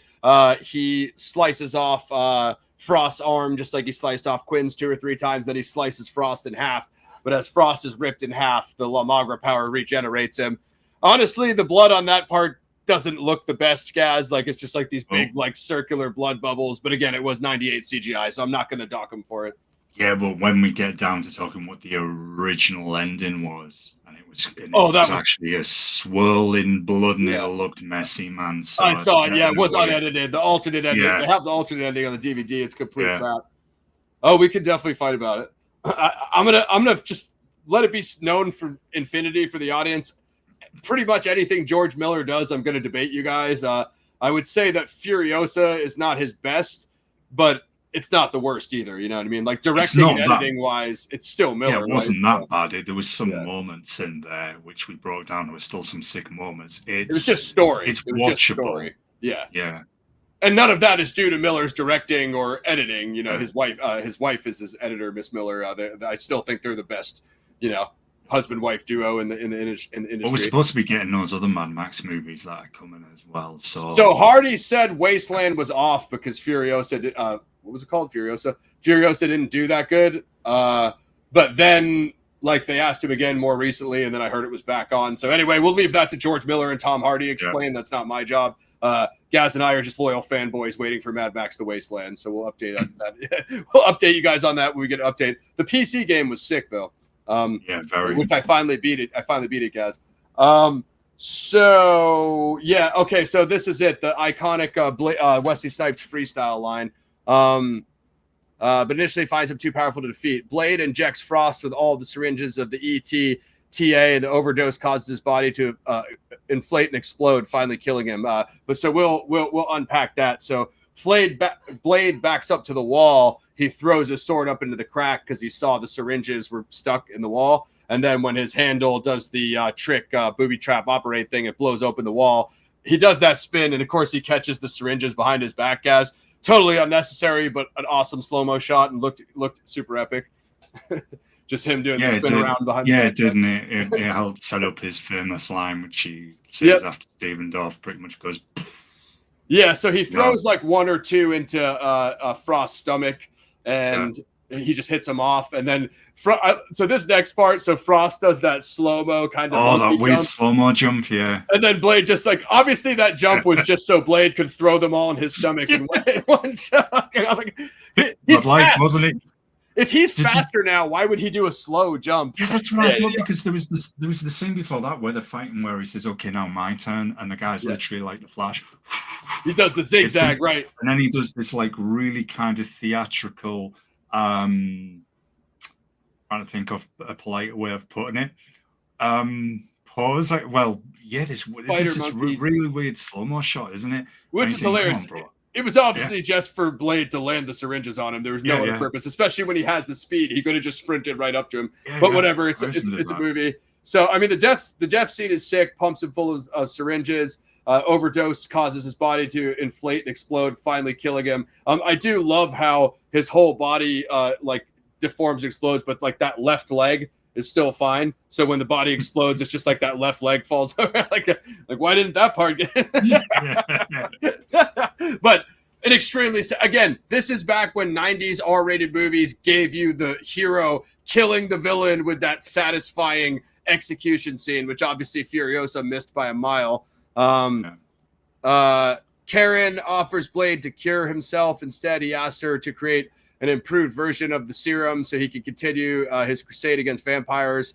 In a brief epilogue, Blade confronts a vampire in Moscow. This was good, but just to back up a moment back to that end fight, Ross, after that happens, that's when we have that another famous line where Snipe says, some other efforts are always trying to ice skate uphill. Classic. Yep. So he pumps him full of syringes, then close up on Blade.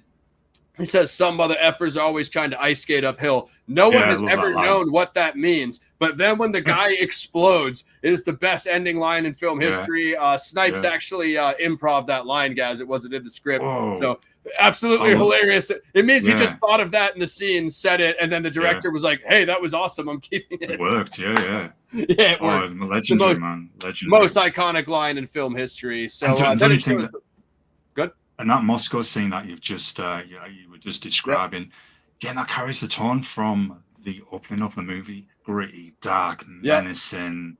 The vampires really are a threat, and then Blade is stood there.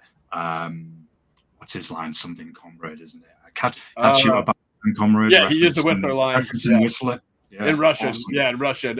Which I always thought was hilarious because like, how many dudes that look like Snipes are walking around Moscow dressed in a trench coat with a sword in the like speaking Russian? Because the guy was trying to kidnap that Russian girl, like how the movie started, like full circle, like Gaz was saying with the Tracy Lord scene. I don't know what you guys want us to talk. Do you want us to talk development, casting, filming, post? But some of those extra scenes.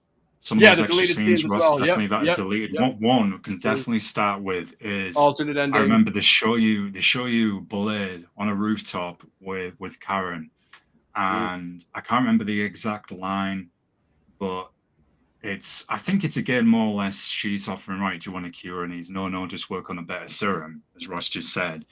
And then he's saying, I've got a water fight like he does in the original cut, I believe. And then she says, well, who's that over there? And the camera pans out and you see a guy on the rooftop opposite, kind of dressed like Blade. And I always wondered, well, who is this? Is this another Daywalker?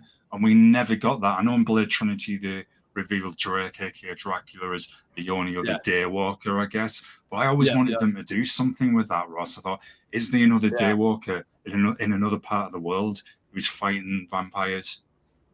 Also, like, there's other chapters of Slayers, right? Obviously, you're introduced to like Hannibal King and Whistler's daughter in the second one, but like they're the Night Stalkers actually.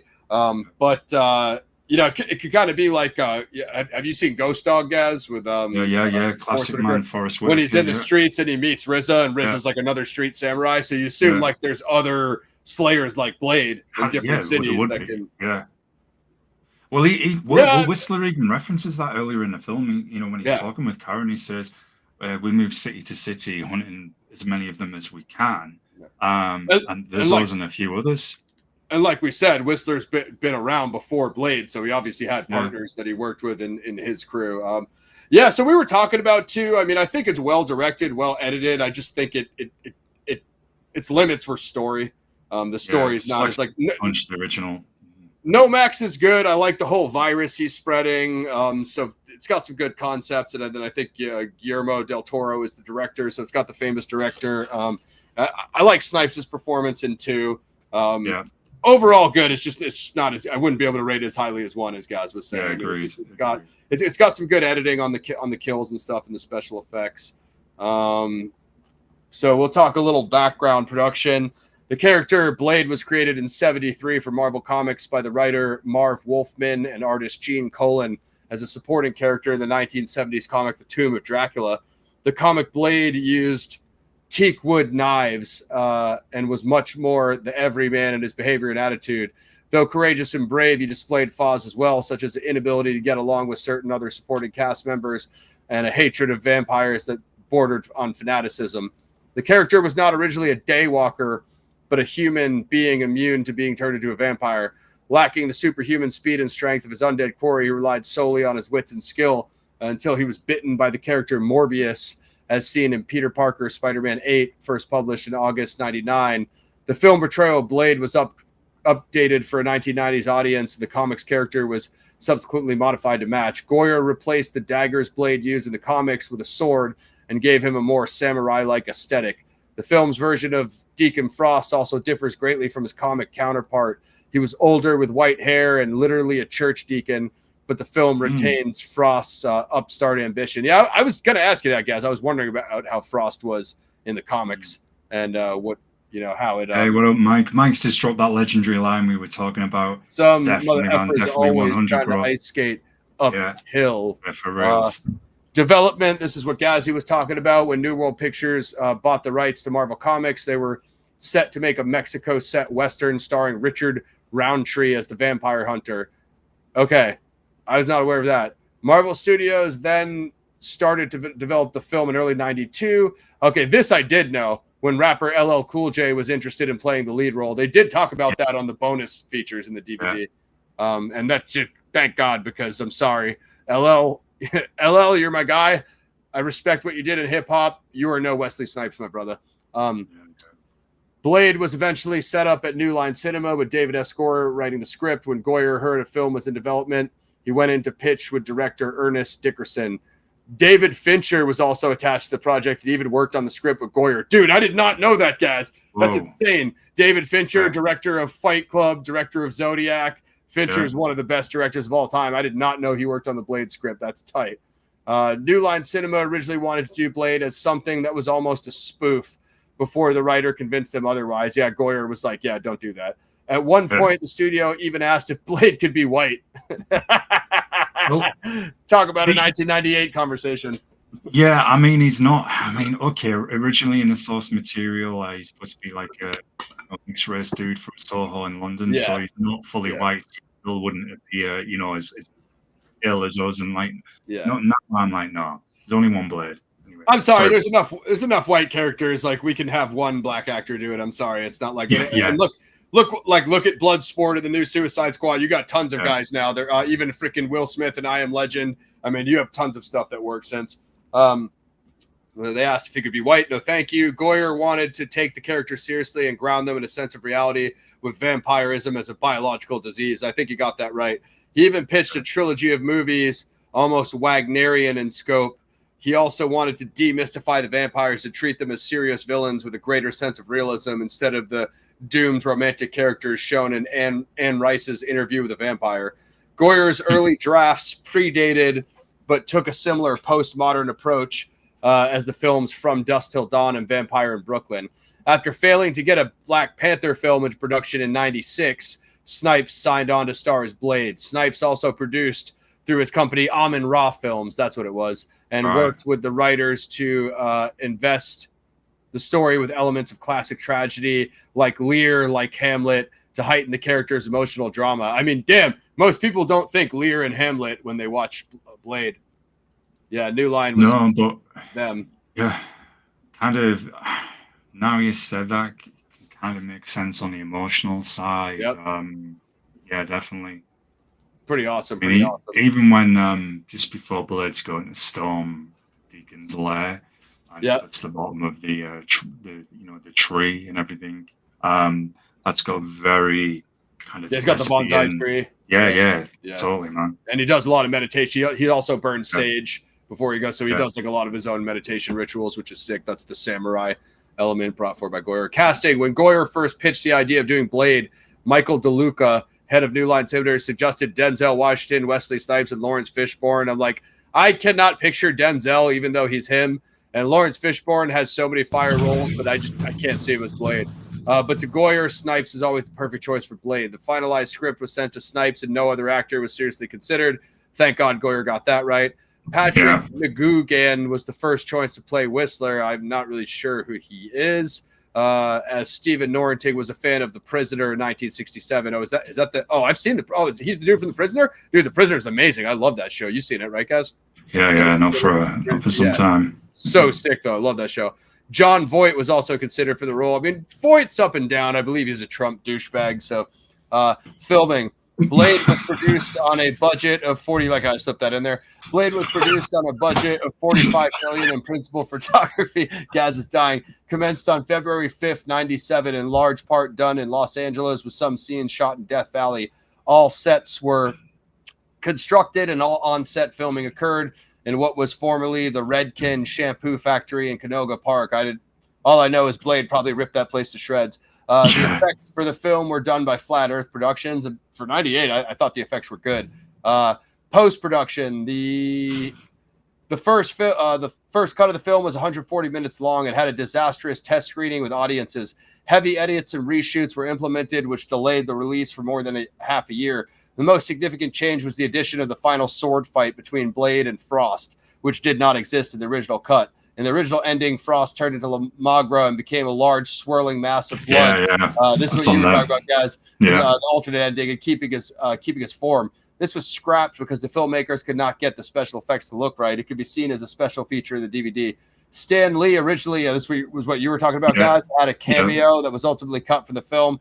I've seen this. He played one of the cops that came into the Blood Club during the aftermath to discover Quinn's body on fire. The scene where Karen and Deacon are talking about the cure for vampirism initially ran slightly longer and answered the question of how the vampires would feed if everybody was turned into a vampire. They would keep some humans alive in giant blood bags to harvest them. The bags can still be seen in a doorway during the scene and later played an integral part of the plot in Blade Trinity.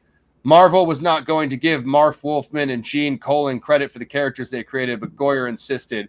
He asked New Line and they accepted, but representatives of Marv Wolfman said only he could get credit and not Gene and Colan. Goyer insisted that they both be credited. I mean, I have to give it to Goyer. He is a real comic book head. Like, he knows the artists, he knows the writers, and people have mixed opinions on. Overall, I think it just did that fruity thing where it dropped us both again. It's been that kind of day, hasn't it, today? Thanks, good. Thanks, guys.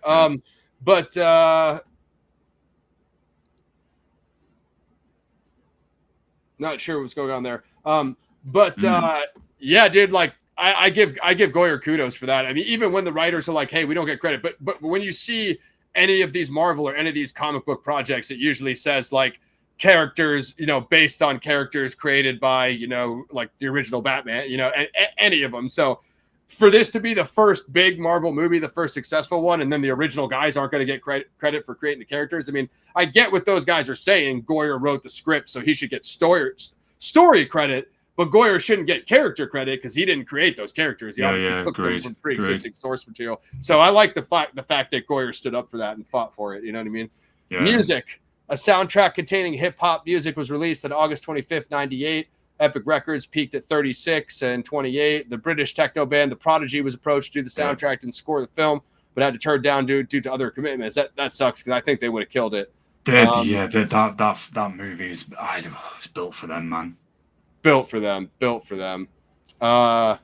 Theatrical. Blade premiered August 19th, 98 at New York Sony Theaters, with another screening at Los Angeles Grauman's Chinese Theater the following day before the opening. The film was banned from showing in Malaysia, widely considered to have the most controlling censors in South Asia. So I guess Blade just dropping F-bombs and slicing people to smithereens just didn't go over in Malaysia for some reason. Okay, fun. Considering all those martial arts movies and everything I watched from that part of the world, might as well be the center of martial arts in Asia. But you can't have an American guy just. I guess it was the guns, even though they were silver bullets. Home media first released on DVD and VHS December 1st, 98. Film released on Blu-ray June 19th, 2012. Okay, here it is right here, guys. Film was released on 4K Ultra Blu-ray by Warner Bros. December 1st, 2020. The remastered 4K release differs from earlier versions by using a widescreen 239:1 format. I'd be interested to check that out. Lawsuits. Marv Wolfman unsuccessfully sued Marvel and New Line for $35 million after the release of the film, claiming he was not bound by a work-for-hire contract when he created the character in 1972. He, along with artist Gene Colan, received a based on characters created by credit in the film, which is like what I was just saying. 3 extras in the blood rave scene sued the studios and effects company Real Creations Inc., claiming the stage blood caused permanent blemishes on their skin. Okay, didn't know that. But honestly, if it only happened to 3 of them, does that make sense? Because there's like 100 people in that scene. Yeah, it probably wasn't. I mean, I'm showing sympathy. It's unfortunate and it's tragic, but it certainly wasn't intentional. From if it was only. Those. Oh, you're talking about the Nuwapians? And Dr. Malachi Z. York. Yeah, I talked to Rasulullah about that because he knew Malachi. So I didn't know Snipes was involved with Nuwapu, but that's interesting. What else do we got? Box office. Blade dislodged Saving Private Ryan. 17.1 mil across almost 2,300 screens. Let's get to the big ones. Overtaken. There's Something About Mary. It's hilarious. The film opened in number 1 in both Spain and Australia. The Flemish region of Belgium.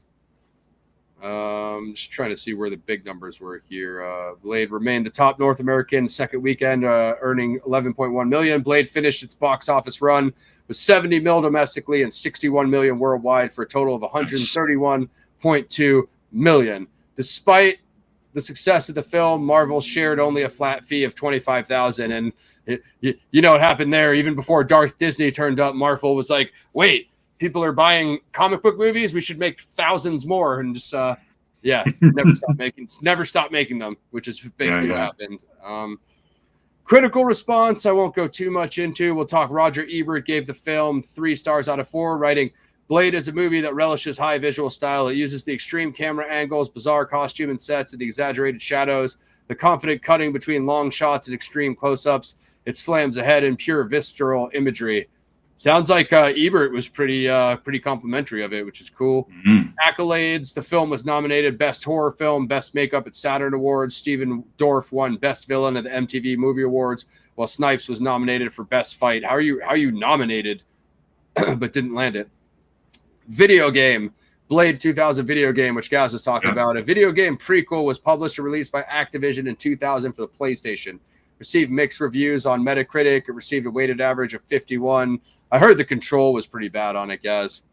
Well, it wasn't as bad as that other horror, remember? The Crow. The Crow. God. The Crow. Just the Crow. I mean, even though the Crow remake made the Crow video game look like Halo, you know what I mean? It still wasn't good. Sequels. The successes of the film led to 2 sequels, Blade 2 in 2002 and Blade Trinity in 2004, as well as a television series, which we discussed with Sticky Fingers. Legacy. In August 2014, Snipes spoke about a desire to return to the franchise. I'd be open to it. I think we've got some stones left unturned, and there's some latitude left for us to build on, and I'd love to get back in the suit again and do some things I've learned how to do now that I didn't know how to do then. During their 20... Were you saying something, guys? Okay. No, I'm just listening, man. Yeah, 2019 San Diego Comic-Con Prezi. Marvel announced Blade reboot set in the MCU with Mahershala Ali starring as Blade.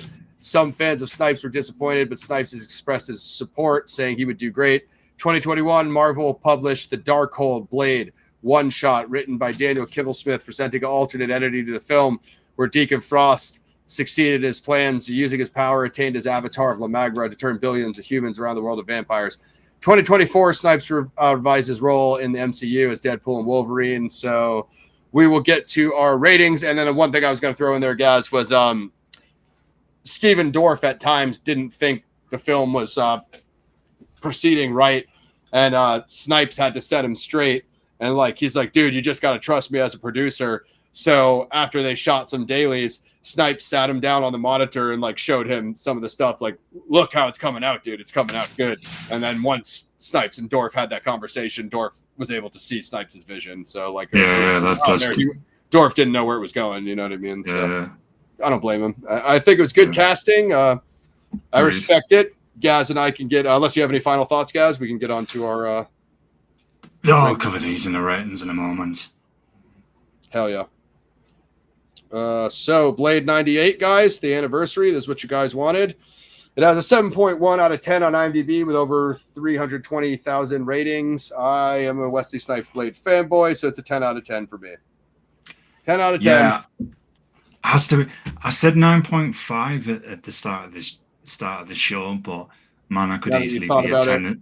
Yeah, I could easily be a 10. I mean, I can sit here denying and saying, "Oh no, you're not a fanboy." I'm like, "Yeah, of course I am, guys." I mean, look, look around our rooms. It doesn't take much. Yeah, no, dude, Demolition Man, Passenger 57, New Jack City, man, everything, man. The other Snipes did a good indie movie as well, where he was a boxer in a prison. That was pretty dope. Oh, Unbreakable! I love that film. Him versus that's a good one as well. So no, I'm going to go 10 now. I'm going to go 10 because the editing and shooting for the time, the action scenes, which is still stand up to this day, the score they used, the story, some absolute legendary dialogue as Mike dropped when he arrived as well. Yeah. The dark, gritty tone. It's what you would expect from this kind of movie, and it's sad that Blade 2, I said earlier, I tend to forget the other two. Blade 2, Nomak's a good character. The first part of Blade 2 is good, and the end of Blade 2 is good. In between, kind of just falls off, doesn't quite execute the same punch as the first one. Blade Trinity, yeah, we won't go there. I just hope somehow we get a Blade for something that can do this justice, and we get that good story again. We need it. Hell, even if it was a series, another series with Snipes or someone, and you could have flashbacks to various periods in history as well, from him fighting, the Vampire War. So hopefully that happens sometime, man. Blade, Punisher are just characters that, I just love so much. And it would be nice to see that dark alternative again, rather than no bad on the Deadpool fans, but where you have to have all the cheesy humor and everything just to get an R-rated character in. At least DP is R. I'll give him that, because the PG-13 Marvel cheese is unwatchable. You know what I mean? So as Gaz just said, so after Deadpool and Wolverine came out, Ryan Reynolds was pushing for Blade to get his Blade pushing for Snipes to get his Blade 4 solo film, and he was like, "Dude, Blade created the MCU. Reynolds is the one who said this. He was like, Marvel and the MCU and Disney, they owe Snipes. They owe Snipes that final swan song."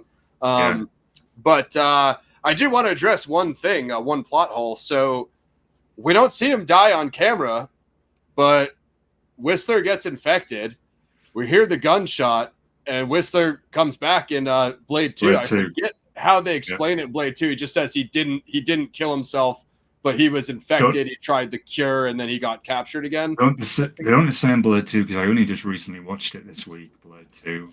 I think, if I remember this right, they say he did shoot himself, but it was still too late, and he turned. Oh, he had anyway. regenerated already. Yeah, So, and then they kept him alive in that kind of like blood capsule, didn't it? Like what would yeah. So, and again, I don't want Whistler to die. I feel like that part sucks ass in Trinity when we lose him. But I'm just saying the way that they button hooked us, we thought we lost him, then he comes back in 2. Yeah. Anyway, I think Whistler is the second best character after Blade. Agreed. Absolutely sick. Chris Christopherson, Snipes, Blade, Stephen Dorff, Frost. We dropped. I turned back into Ross Lee. This is not a Bruce Lee movie. I'm Ross Frost now. Damn it. When it drops us, it resets my name.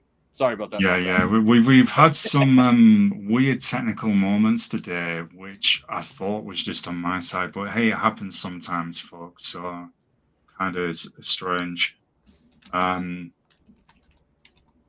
Suicidal tendencies, Black Flags, Pixie. Yeah. We'll get on that.